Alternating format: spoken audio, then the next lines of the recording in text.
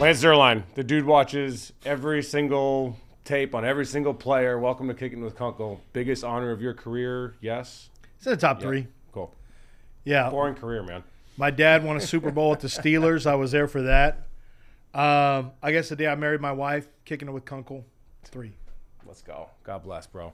All right, what did the Texans do? Your top 3 needs for the Texans. I'm going to give you mine first. I'm going to say offensive line, wide receiver, and then backup running back somewhere if you want. But like offensive line. Yeah, I would go offensive line, wide receiver, defensive tackle. I think they'd like to have a big defensive tackle in the middle that can kind of clog the drain a little bit in terms of the running game. So that's a specific type of tackle. The guys that they've signed and re-signed are not really those types of defensive tackles. So I think they'll find one in the draft. You don't have to get that early, to be honest with you. You can find those kind of players in the 3rd round, 4th round sometimes. Kenneth Grant from Michigan is a player to watch potentially at 25 if the board falls a certain way and he falls back. Kenneth Grant actually might really be a guy to keep an eye on at 25 if it's not an offensive lineman. Now, I think it's going to be an offensive lineman at 25. But that is if the board breaks their way. And I think breaks their way means players like Tyler Booker, the guard from Alabama, Gray Zabel, who is a center guard. He played tackle, but he can play all 3 positions. From North Dakota State, if he is still there, which I'm not sure he'll be there, and then Donovan Jackson. Those are the 3 that I'm looking at. I consider that the big 3 of interior offensive linemen. And I think when you look at the moves that they've made, so when I look at mock drafts and projecting what a team's going to do, I look at what they've done in free agency, but the mistake people make is just because the Texans added Ed Ingram and Laken Tomlinson, that doesn't mean those guys are competition. They're not locked in as starters. And so you haven't scratched guard off of your needs list at all with those 2 guys. Jarrett Patterson, I think, is more of a good backup center in the league. I think Juice Scruggs has not proved it yet. He can play center or guard, but can he play it well enough to be a good starter? I think that's the question. So to me, guard and center and guard are all up for grabs. It will change potentially what you do with Titus Howard at left guard, maybe swinging him back to his natural spot at right tackle. Then you got competition with Cam Robinson and Blake Fisher maybe at the left tackle spot. So I'm with you. I think offensive line has to be priority 1 and priority 2, whether it's tackle, center, guard. That's got to be the priority. But if it's not there, you don't force it. You either go defensive tackle or you go wide receiver. Deep running back draft, you wait on running back. Do you think there's a chance they would trade up to get their guy at offensive line? I did that with my second mock draft. How many did you do? Are you the guy that does 25? I've done 3. I don't. 3? I have to do 4. Okay. I don't want to do them anymore. I used to like to. Now, you have to understand, when I do a mock draft, the NFL account is going to tweet it out, and I get the meanest, dumbest people on social media, imagine that, responding to me, angry because I don't know what I'm talking about. I've lost all credibility, blah, blah, blah, blah. So because you put a guard at a certain spot. Well, yeah, I put somebody they don't want for their team, yeah, exactly. Or they haven't, I was told I didn't know what I was talking about by having Shador Sanders slip in the second mock draft. I had him sliding to the back half of the 1st round. Not exactly far-fetched. No, it's not. But I watched the tape, so I know kind of what's going to happen here. And so it goes, what's the narrative? And later on, people start finding out when NFL teams start kind of, the information starts getting out and intel starts getting out. And especially after free agency's over, where all these teams are saying, quarterback, let's get this quarterback, let's get this. It's not a good quarterback draft. So, yeah, mock drafts, I don't love doing mocks, but one of them, so I look at it this way, Will. I try to get in the mind of every general manager or head coach or whoever the decision maker is. And I said to myself, the Texans are kind of in win now, right now. There's a window open for them. Would they be willing to spend some of their draft capital to move up and grab an offensive lineman they wanted? And I think they might. I have it on the board. I've had them trading up with number 16, Arizona. These 2 teams have traded before. 16 is not a clean pick for Arizona, so I could see them moving back and adding draft capital. and having the Texans, do an Arizona trade part 2, the one that brought them Will Anderson, obviously. No kidding. And that would allow them potentially to find an offensive lineman they like. But when I first did it, I had them taking Kelvin Banks at 16. I think he goes before then. I think Will Campbell goes before then. So now I'm not sure there's a reason to trade up. I think you sit still and let the draft come to you. And then if you start getting a little bit antsy and you see a guy on the board you really like, then maybe you go from, your spot at 25 and you look to trade up to, maybe the Chargers at 22. Maybe you do something like that. You go them up a few spots. But you have to know what the other teams need, what their needs are. You don't just trade to trade. You got to trade in anticipation of another team taking a player that you like. So that's why it's important. A lot of these teams look at mock drafts just to get a consensus of another opinion, a separate opinion of where players can go, so they can create their own contingency boards in their war room. I've had a team tell me that they've used mine before to get a feel for, I act as my mock and some others. There were 2 or 3 other guys. They use it to act as, all right, let's work off of these mocks what we would do. If this happens, how will we respond? Okay, so let's just say the Texans pick at 25. If it falls the way they want, who are you looking at in that area that says, don't take that guy? Even though it's the position you want, this is not what we want the Texans to do. I'm not sure I want them to take Josh Connerly from Oregon, if I'm being totally honest. And I think he's a good football player. He needs to get stronger. It always bothers me. My dad was an NFL offensive line coach, and he told me years ago, if you're not strong, and he learned this when he got to the NFL from college, if you're not strong enough, if you don't have good enough core strength, it can prevent you from being successful in the NFL. The Texans have drafted a couple of players in the past. Seth Wand was one of them years ago, mid-2000s. He was a 3rd-round pick, I believe. My dad said he liked him too when he was at the Cleveland Browns. And Seth got pushed around. He just wasn't strong enough. And if you're not strong enough, it's something that doesn't automatically, you don't just lift weights and you're all of a sudden you have a stronger core to handle speed to power rushers. So I'm not sure Josh Connerly, the tackle/guard from Oregon. I mean, I don't mind him. He's a good player. That would concern me maybe a little bit. But, if they drafted a wide receiver, if Matthew Golden was on the board, Luther Burden, I'm a big fan. I think Luther Burden is an underrated wide receiver in this draft.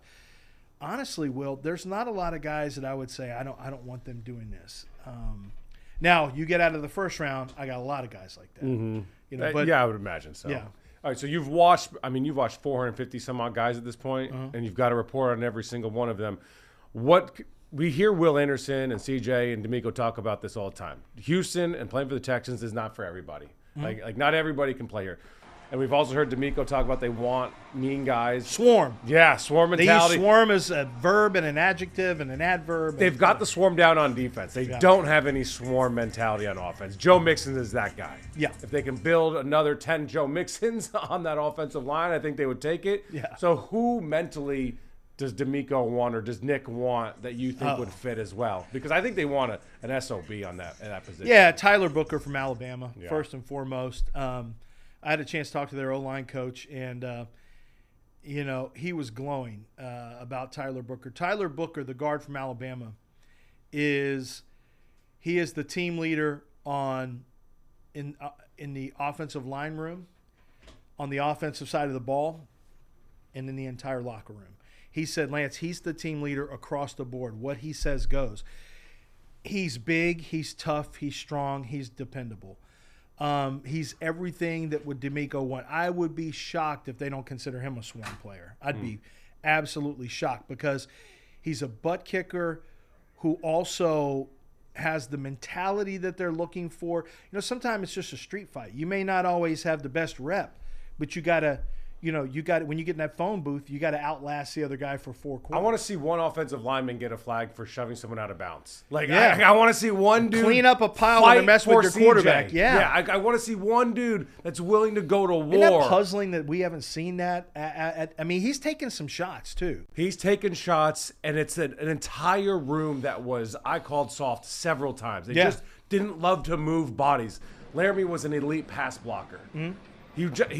He never showed desire to want to bury someone 6 feet underground. No, you have to have that. And Tyler Booker is that. I think Gray Zabel from North Dakota State could end up being that kind of player. Anyone that's as well. a bison is good in my book. Well, I mean, you come from rough area. Bale and hay. Yeah, all day. absolutely. So that's another one. And Donovan Jackson. I checked up on him because I'm trying to project what the Texans will do.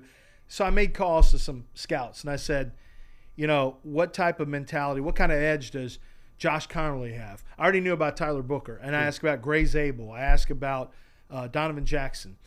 And what I got back was, Zabel's got that toughness. Donovan Jackson is not going to – the quote I got was, he's not going to start a bar fight, but he's plenty tough. That's not a problem. I'm like, okay, that's fine. That's fine. And then, the comment on Connerly was hard worker, great kid, nice guy, tough – hard worker.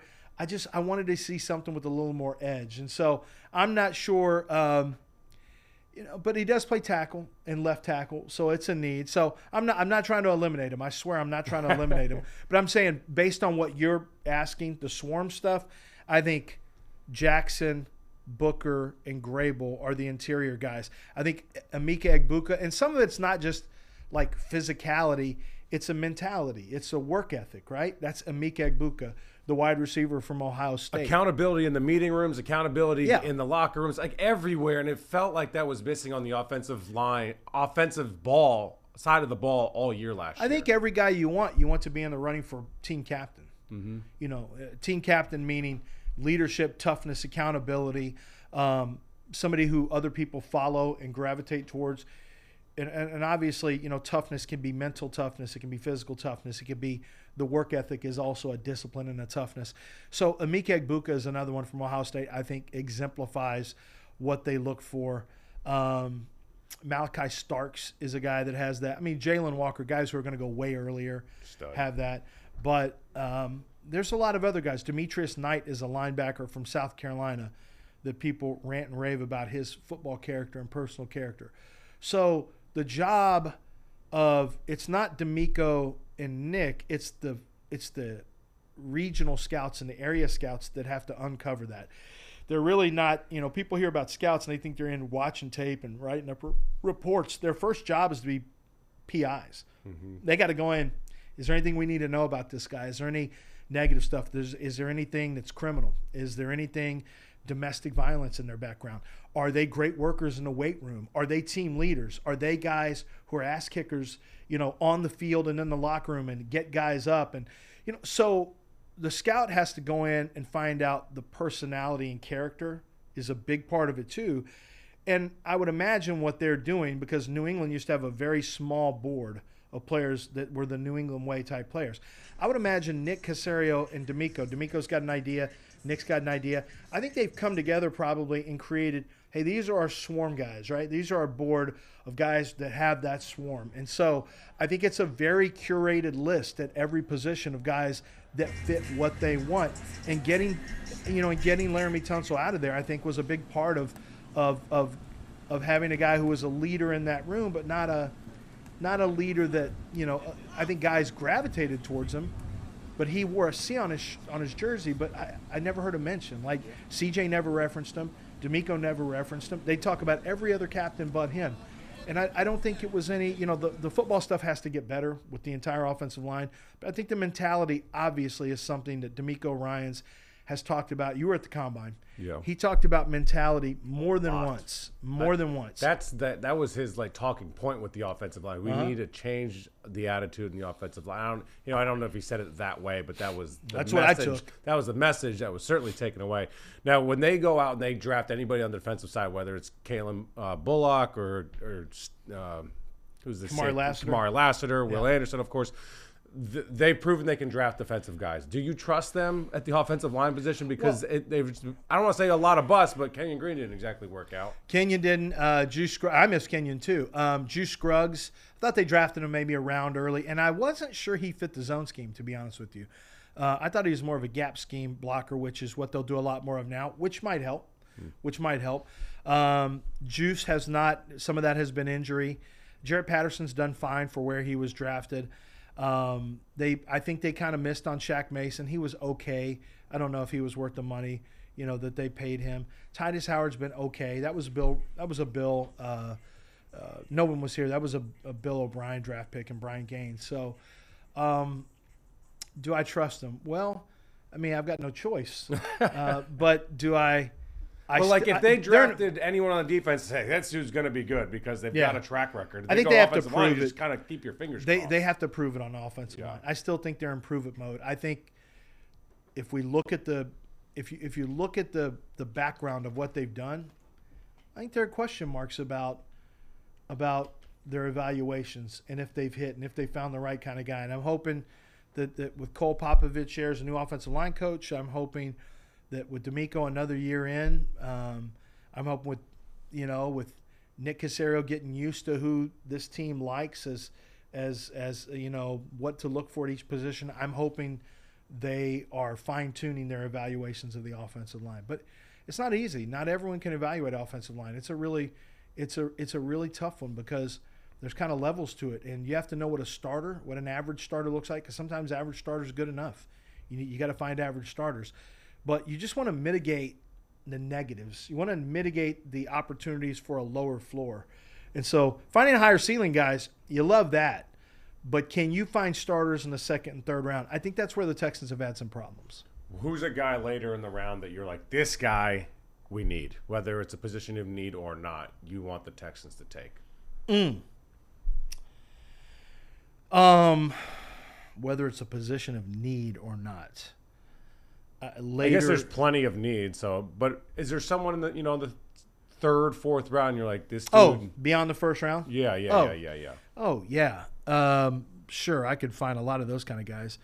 I would say one of them would be Ja'Cory Krosky Merritt. He's a running back out of Arizona. Played one game this year.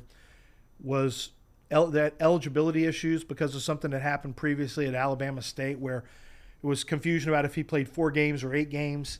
And so Arizona. How does that? Well, let me tell you, it's funny. Hell? Here, he claims he told them that he only played 4, but he and another guy switched jersey numbers in the midway point of the season. So I only played 4 games, so that's technically a redshirt year. And Arizona's like, that doesn't sound real. And I don't think they wanted to take a chance on all their wins being ineligible. So he played 1 game. He ran for over 100 yards. He played. But who the hell's going to enforce it anymore? The NCAA ain't do anything about it. So he went to the Shrine Game, was MVP of the Shrine Game. Then he ran a 4.4 140 with a 40-inch vertical leap. His tape's really good. And I think he's going to be a 5th rounder. And that's a guy that we want, another Joe Mixon type guy.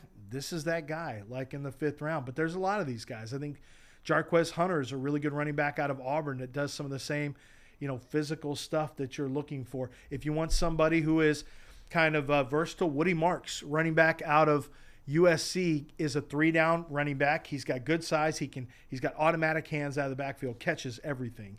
So if you're looking for somebody to be a more dynamic third down option, that would be maybe Woody Marks in the 4th round. I'm a little more suspect on Jaden Blue from Texas in that role.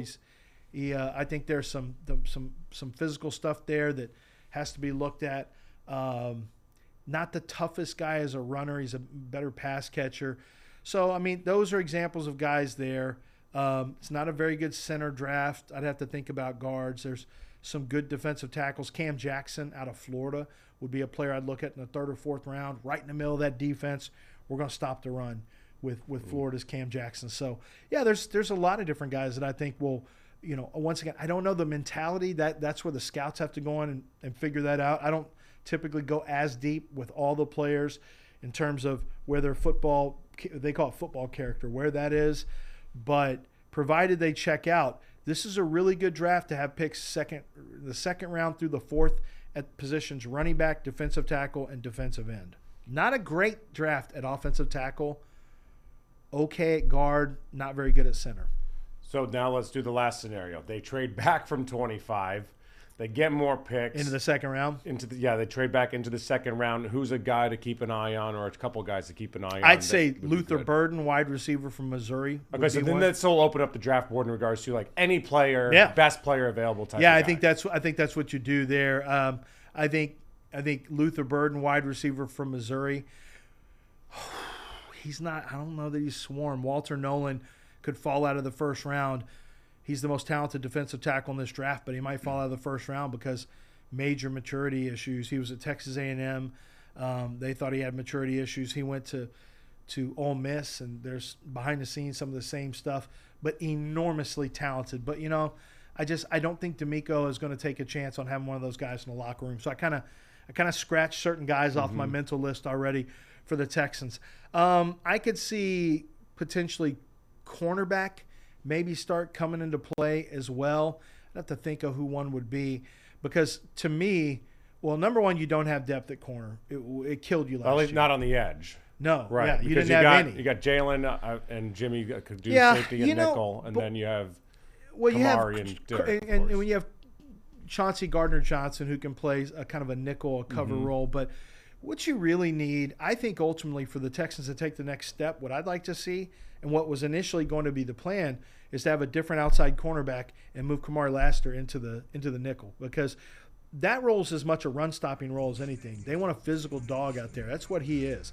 And I think seems like that can't happen now with the roster's construction. Well, only if you look at Jalen Petrie eventually taking over for Jimmy Ward, I think it can happen because then Petrie goes to Ward's safety spot. You have Kamari Lassiter can bump down into the nickel, and then you have a different outside corner. That's how it would have to happen. It would necessitate moving Petrie from the nickel spot to safety.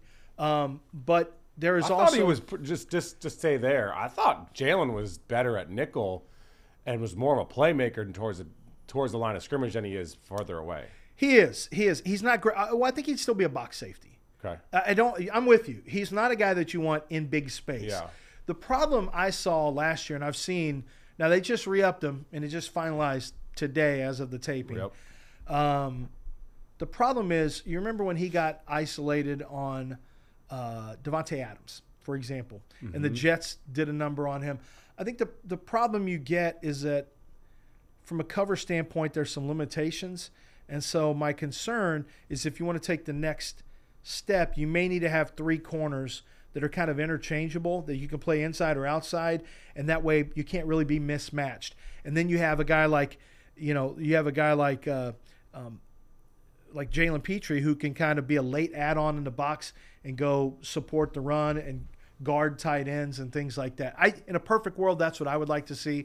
I agree with you. That's not the direction they're trending in. I think they want that physical guy in the nickel spot, being a run enforcer, and they'll survive in the pass in terms of pass coverage. So we'll see how that goes. But I also think pass rush is going to be something that opens up in the second round. D'Amico mentioned this. I don't know if it was me or someone else asking the question about pass rush.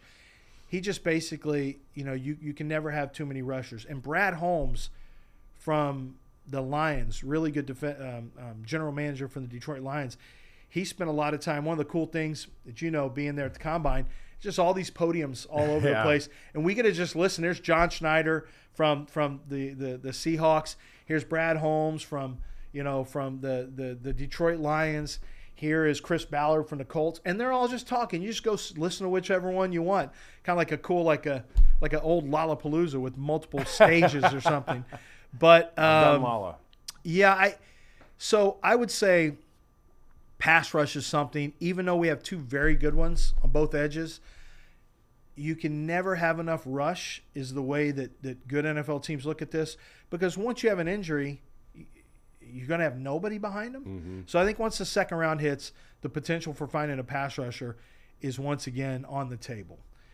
Once you get to the second round, all bets are off in terms of team needs. I think the team needs are prioritized, but they're not going to pass on a really good player that they have 21 on their board or 20 on their board if he's sitting there at whatever the pick is, 40 whatever in the second round. I mean, I think they might even spend an extra draft pick to move up and go get a guy they covet. Because let's face it, if you can go get 2 early high contributors with your first pick and your second pick, I think you're in pretty good shape. I will say you have to have some depth at cornerback. You need some depth at running back.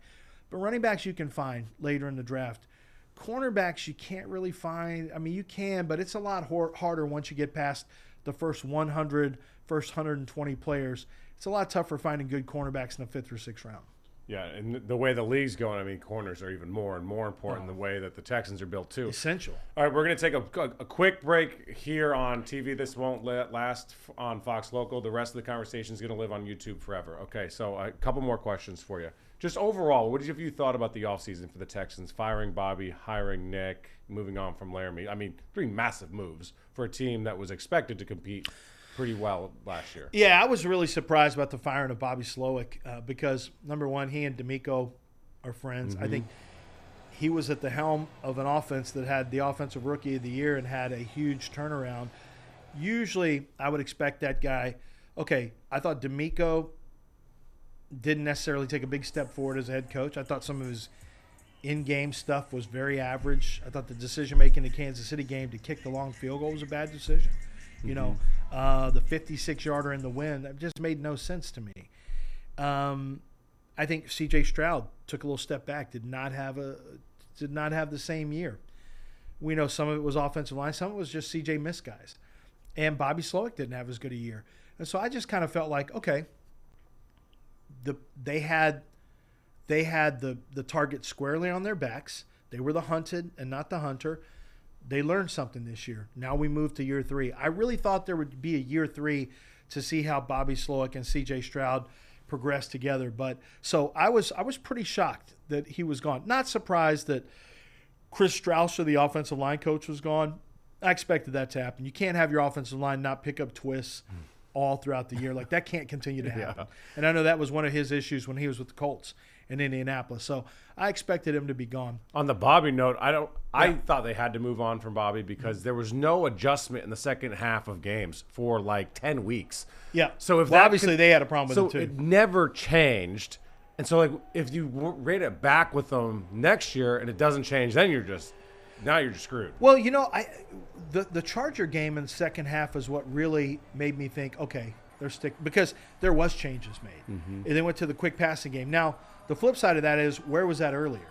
You know, and you can't just do that one week and think the next week a team's not going to take it away, because a team takes it away. So it's play calling's a lot like being a catcher who calls pitches. You're constantly staying ahead of the hitter. You have to keep them off balance. And I think one of the problems with Bobby Slowick is he didn't do a good enough job last year of making defenses play on their heels.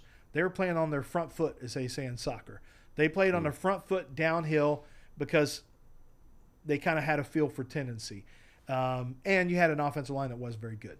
So that was a big concern. And so, yeah, from that standpoint, you know, but I still thought that he'd get that extra year, and especially with those two guys being friends. But you move on. So once you do that, man, everyone's got to jump all in with Nick Caley. They got to jump in on with Cole Popovich.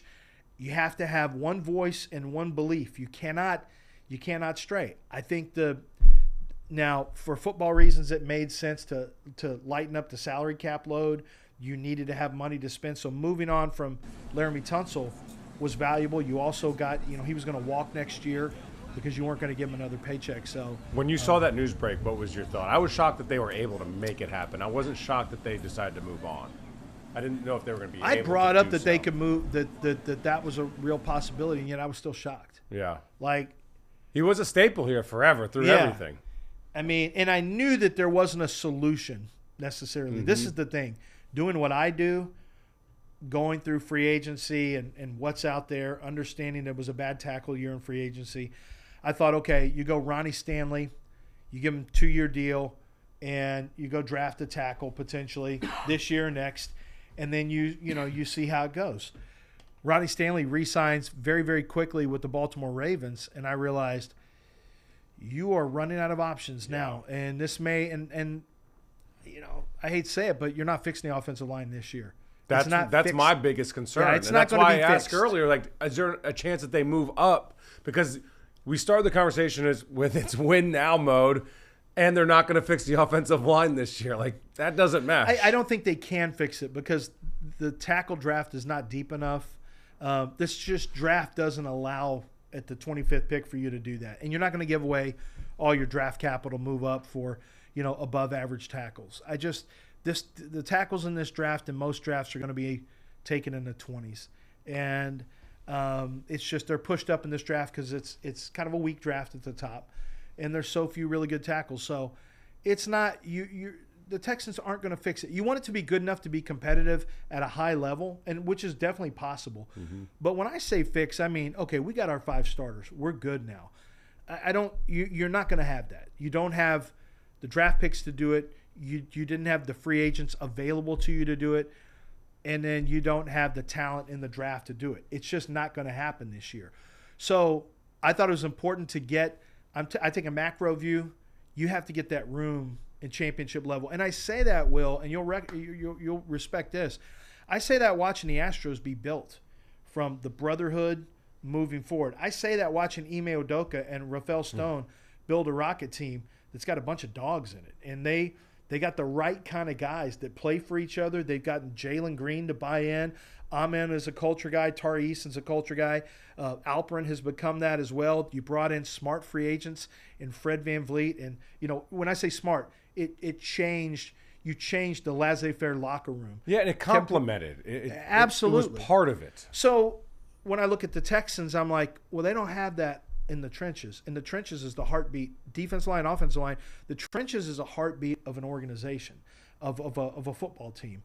So you need to have that right. It needs to be at a certain level.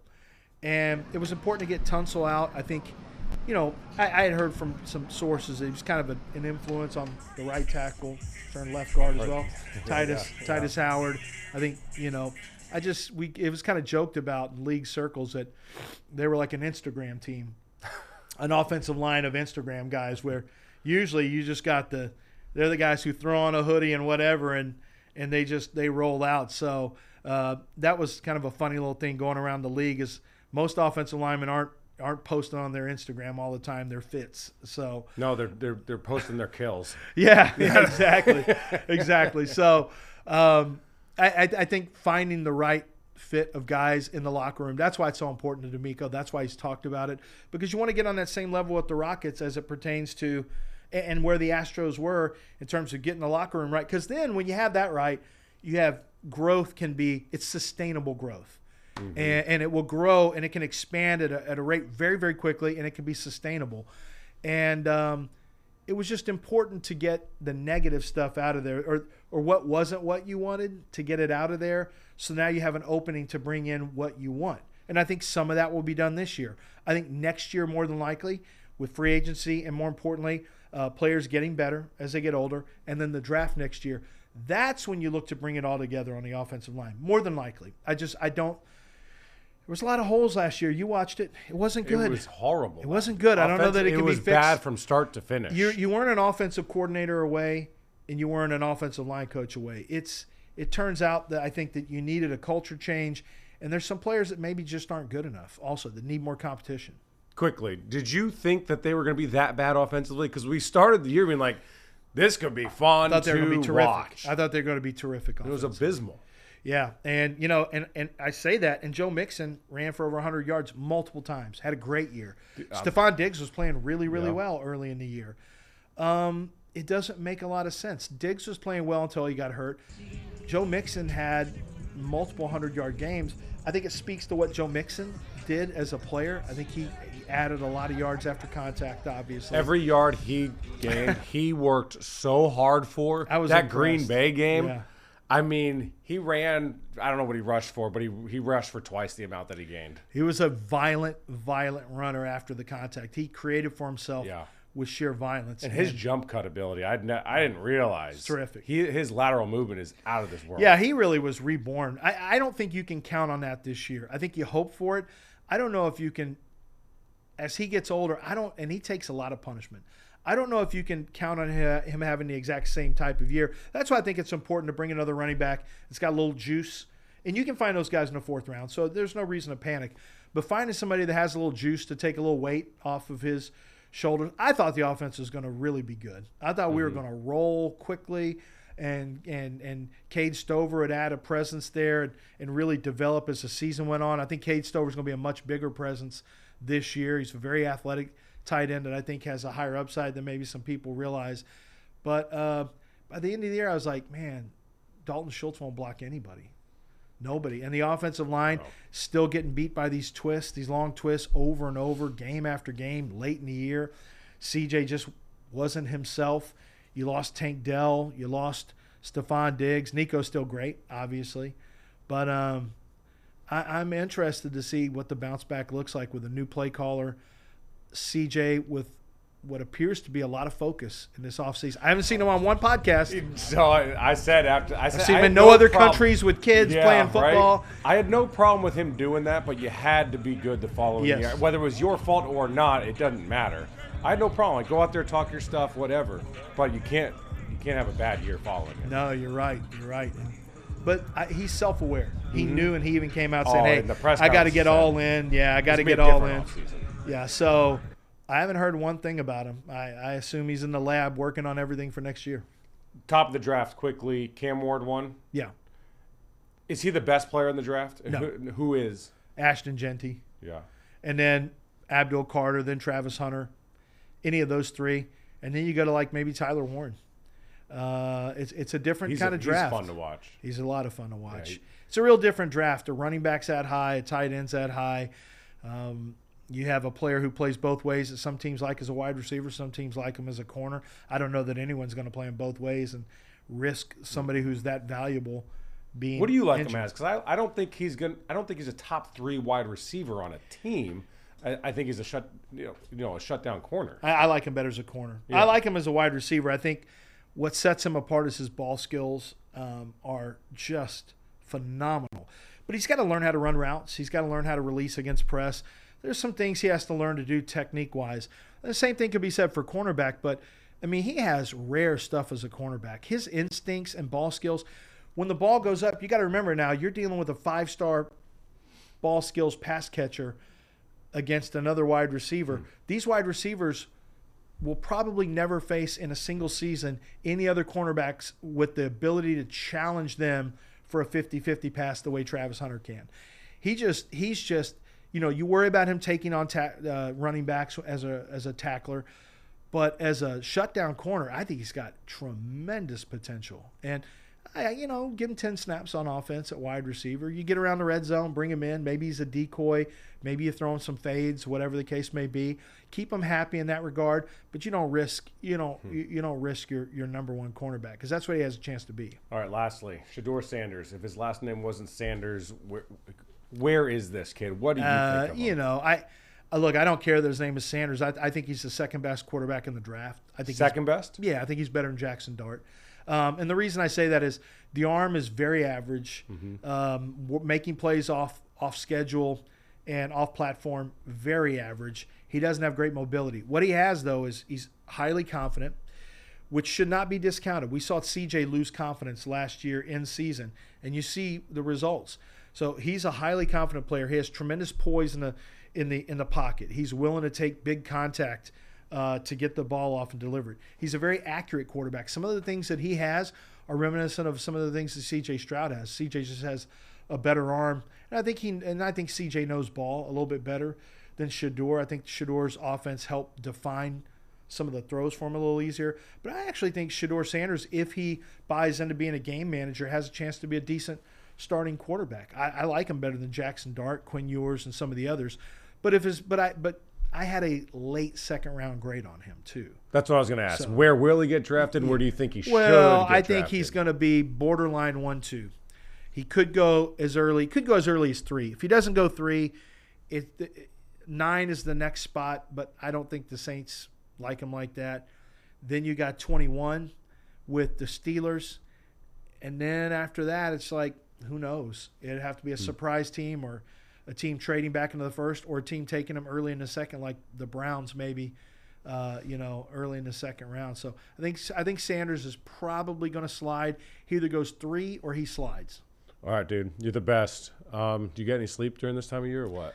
Not a whole lot. Where And do people I'm find going to your get work? even less next week when I'm in Los Angeles. You can watch me on Path to the Draft. It's going to be on NFL Network Monday, Tuesday, Wednesday. I think it's a live show, so you'll just have to check listings. Be talking about the draft then. And then Thursday, Friday, Saturday, I'll be on the NFL. I don't know. I think the YouTube stream or NFL Plus or NFL.com. I don't know. But every single pick that's made, I'll have an analysis. So I'll do that for 3 straight days, multiple hours. And then Bless your heart, I man. get home and I get home on Sunday. So I leave on Sunday. I get home on Sunday. And then I'll be on the radio Monday at 7 a.m. talking about all the Texans draft picks on ESPN 97.5. Great follow on X as well. What's your handle? Lance Zierlein, at Lance, Zierlein. You're the best. Thanks, dude. Thanks.